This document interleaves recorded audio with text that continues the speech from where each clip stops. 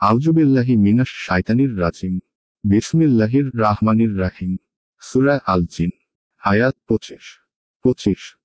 বলো, আমি জানি না তোমাদেরকে যে শাস্তির প্রতিশ্রুতি দেয়া হয়েছে তা কি আসন্ন, নাকি আমার রব এর জন্য কোনো দীর্ঘ মেয়াদ স্থির করবেন।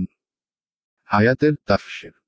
বলো, আমি জানি না তোমাদেরকে যে শাস্তির প্রতিশ্রুতি দেওয়া হয় তা কি আসন্ন, না আমার প্রতিপালক এর জন্য কোনো দীর্ঘ মেয়াদ স্থির করবেন। 1 অর্থাৎ আযাব অথবা কিয়ামতের জ্ঞান। এর সম্পর্ক হলো অদৃশ্য বিষয়ের সাথে, যা কেবল মহান আল্লাহই জানেন যে তা নিকটে না আরো দেরি আছে। আয়াত 26।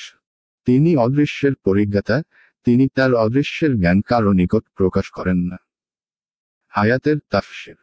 তিনি অদৃশ্যের পরিজ্ঞাতা, তিনি তার অদৃশ্যের জ্ঞান কারো নিকট প্রকাশ করেন না।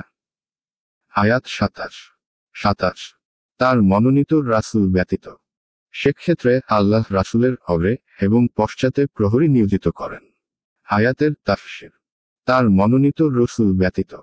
1 সেই ক্ষেত্রে তিনি রসূলের আগে এবং পশ্চাতে প্রহরী নিয়োজিত করেন।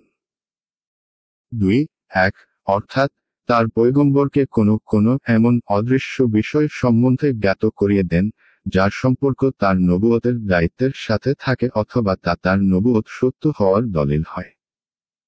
আর আল্লাহর জানিয়ে দেওয়াতে পয়গম্বর আলিমুল গায়েব হতে পারেন না। কেননা পয়গম্বর নিজেই যদি অদৃশ্য বিষয়ে জ্ঞাতা হন, তাহলে তাকে আল্লাহর জানিয়ে দেওয়ার কোনো অর্থ হয় না। মহান আল্লাহ যে সময় অদৃশ্য বিষয় সম্পর্কে কোনো রসূলকে অবগত করেন, সেই সময়ের পূর্বে এ বিষয়ের রসূলের কোনো কিছুই জানা থাকে না। অতএব কেবল আল্লাহর সত্তাই অদৃশ্য বিষয় জ্ঞাতা। এই বিষয়টাকেই এখানে পরিষ্কারভাবে তুলে ধরা হয়েছে। 2 অর্থাৎ ওহী অবতীর্ণ হওয়ার সময় পয়গম্বরের আগে পিছে ফেরেশতাগণ থাকেন। তারা শয়তান এবং জিনদেরকে ওহীর বাণী শোনা হতে বিরত রাখেন।